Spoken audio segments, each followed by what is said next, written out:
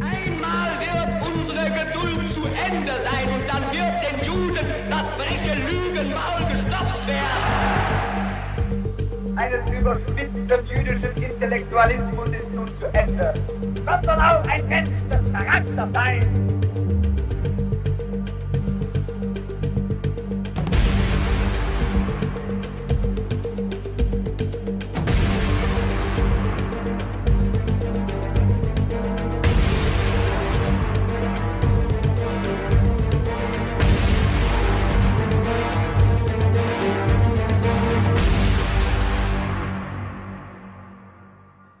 교회를 다니는 사람들, 예수님을 믿는다고 하는 사람들을 가장 많이 지옥으로 보낸 거짓말은 뭘까? 그게 바로 거짓 구원론이라고 말했습니다. 잘못된 구원론이라고 말했습니다. 켈빈은 믿기만 하면 순종하지 않아도, 순종의 열매를 맺지 않아도 구원받는다는 생각을 단호히 거부했습니다.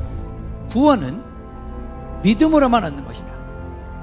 행함은 구원에 관계된 것이 아니라 상급에 관계된 것이다. 우리가 앞부분에 구원은 믿음으로 얻는 것이다, 맞죠? 행함은 상급에 관계된 것이다. 이건요, 이것이 왜 그럴듯한 거짓말인지를 설명했어요. 첫째, 성경은 단 한 번도 믿음과 행함을 분리한 적이 없다. 둘째, 믿음이 첫자 믿음이면 반드시 행함이 뒤따르게 되어 있다. 근데 이거를 아주 교묘하게 나눈 거예요. 켈빈의 가르침에 의하면 행함을 통해서 구원에 이르지는 못하지만 행함이 없이도 구원받지 못합니다. 행함은 믿음의 진정성을 입증해 줍니다. 행함이 없는 믿음은 그 검증에서 탈락한 죽은 믿음이지요. 구원은 믿음으로 얻는다. 아멘. 그러므로 행함은 구원과는 무관한 것이다. 이게 너무나 그럴듯한 거짓말이었고, 무수히 많은 교인들이 이 거짓말에 속아서 아마, 제가 아직 안 가봤지만 아마 너무나 많은 사람들이 지옥에서 억울해하고 있을 것이라고 생각합니다.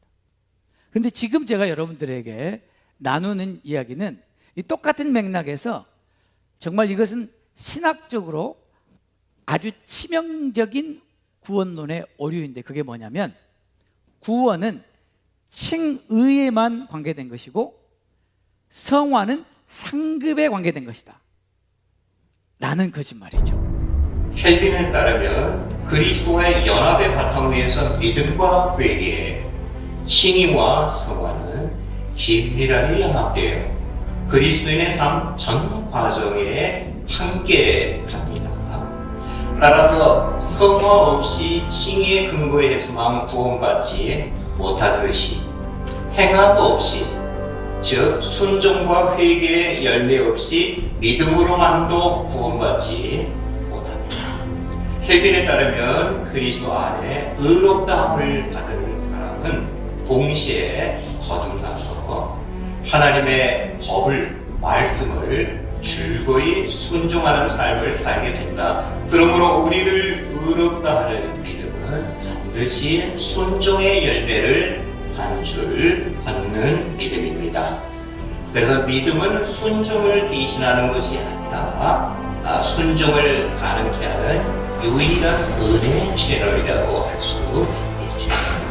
따라서 오직 믿음으로 의롭다함을 받는다는 권리를 행함이 없는 믿음으로만 구원받는다고 이해하는 것은 큰 착오입니다.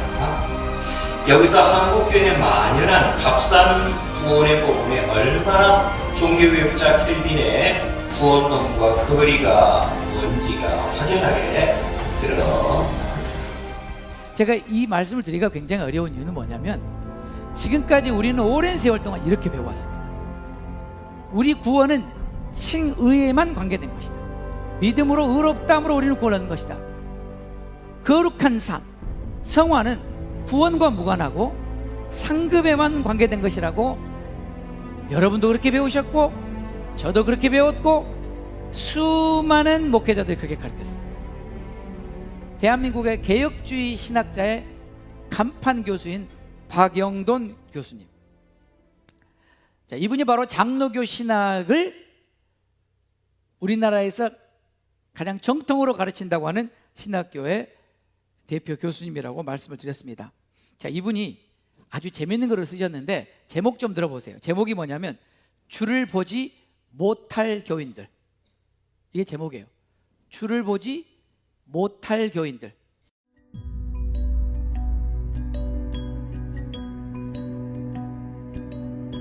한국교회가 안고 있는 문제의 근원에는 잘못된 구원론이 있습니다. 예수를 믿어도 교인들이 변화되지 않는 문제는 우선적으로 구원론과 관련되어 있습니다. 오직 믿음으로, 오직 은혜로 구원받는다는 종교개혁의 가르침을 거룩함의 열매가 없어도 믿기만 하면 구원은 따놓은 당상이라는 식으로 오해하는 경우가 많습니다. 그러나 이것은 심각한 복음의 변질입니다.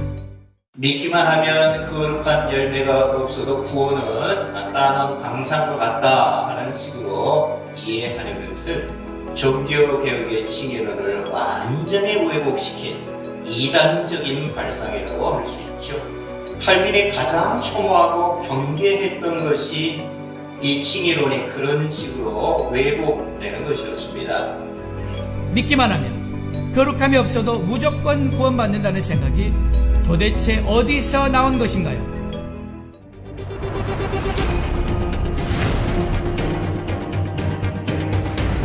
이 사람들은 한 번만 회개하면 더 이상 회개할 필요가 없다.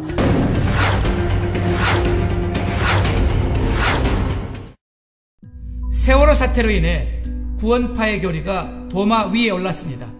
그들의 구원 교리에 의하면 자신이 구원받았다는 확신을 얻으면 더 이상 죄를 회개할 필요가 없다고 합니다. 그 후에는 어떻게 살아도 한 번 받은 구원은 영원히 유효하다는 것입니다.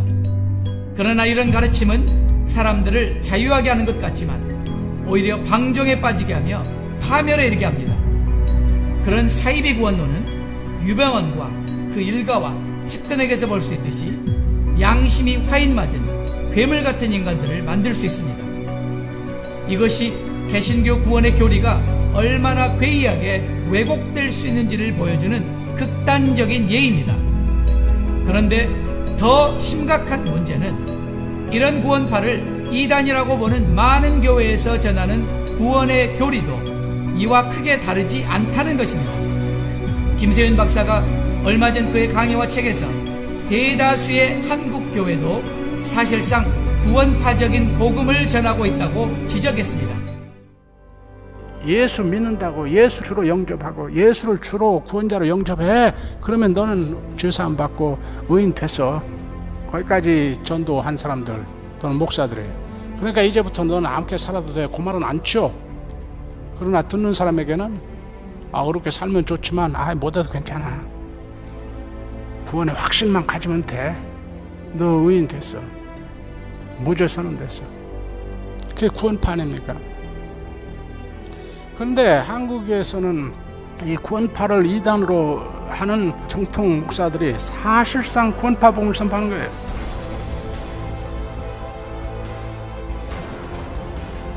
박 교수의 핵심적인 논제는 이것이다. 오늘날 한국 교회 안에 순종과 선행을 배제하는 값싼 구원론, 구원파적 구원론이 범람하고 있는 주된 원인은 종교개혁 칭의론이나 전통적인 칭의론 그 자체에 있지 않다. 오히려 종교개혁이나 전통적인 칭의론에 대한 무지 또는 왜곡이다. 따라서 오늘 한국교회의 성황을 종교개혁 칭의론이나 전통적인 칭의론 그 자체에 두고 비판하는 것은 잘못이다. 박 교수는 칭의와 성화의 불가 분리성과 함께 성화를 칭의와 함께 그분의 필수적인 요소로 부각시킨 켈빈을 신뢰로 한다. 과연 종교개혁 칭의론에 면죄부를 주면서 전통적인 칭의를 옹호하는 박 교수는 정당한가? 흔히 루터를 가리켜 칭의의 신학자로 켈빈을 가리켜 성화의 신학자로 부를 만큼 루터는 예수 그리스도를 믿음으로 주어지는 이신칭의를 강조했고 켈빈은 성령에 의한 그리스도의 연합을 통하여 칭의와 함께 동시적으로 주어지는 성화를 강조했다. 종교개혁 선구자였던 루터는 로마 가톨릭 교회와의 대립관계에서 선행을 배제하는 복음과 선행을 요구하는 율법을 철저하게 서로 분리시켰다. 루터에게 있어서 복음은 하나님의 은혜에 비해 오직 그리스도를 믿는 믿음을 통해 주어지는 수동적인 의와 관련되어 있다. 반면에 율법은 인간의 순종과 선행을 요구하는 능동적인 의와 관련되어 있다. 그래서 루터는 수동적인 의를 강조하는 칭의와 능동적인 의를 강조하는 성화를 서로 분리시키시며 능동적인 의인 행함을 강조하는 야고보서를 지푸라기 같은 서신으로 강조했다.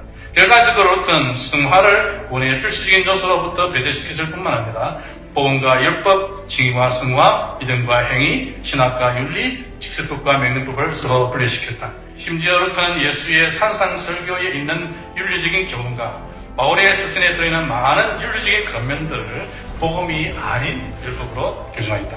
근데 아쉽게도 계몽주의 시대 이후 지난 200년 동안 서구교회와 그리고 한국교회의 칭의론에 많은 영향을 준 사람은 켈빈이 아니고 루터입니다.